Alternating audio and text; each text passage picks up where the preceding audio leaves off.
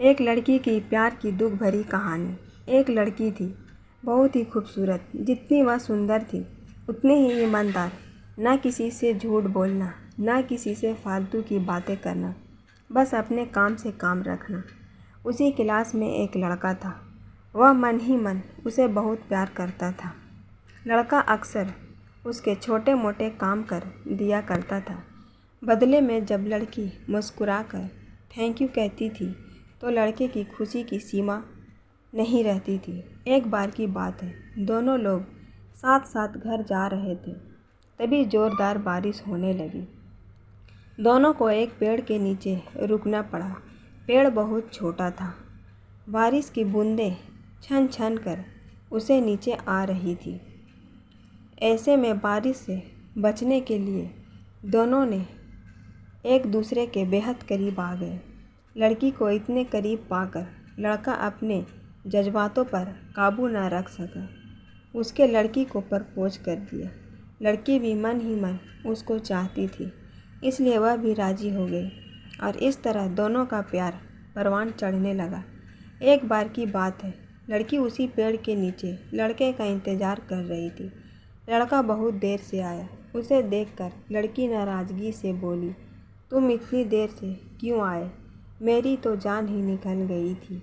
यह सुनकर लड़का बोला, जाने मन, मैं तुमसे दूर कहाँ था, मैं तो तुम्हारे दिल में ही रहता हूँ।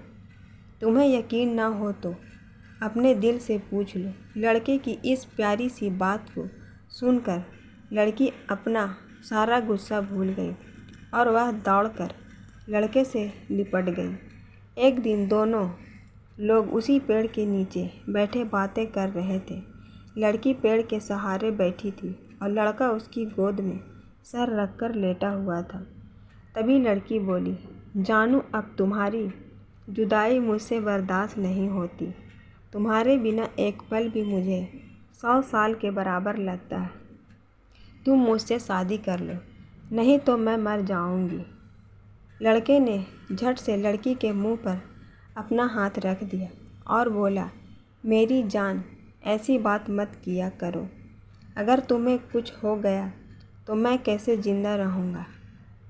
फिर वह कुछ सोचता हुआ बोला, तुम चिंता मत करो, मैं जल्द ही अपने घर वालों से बात करूँगा।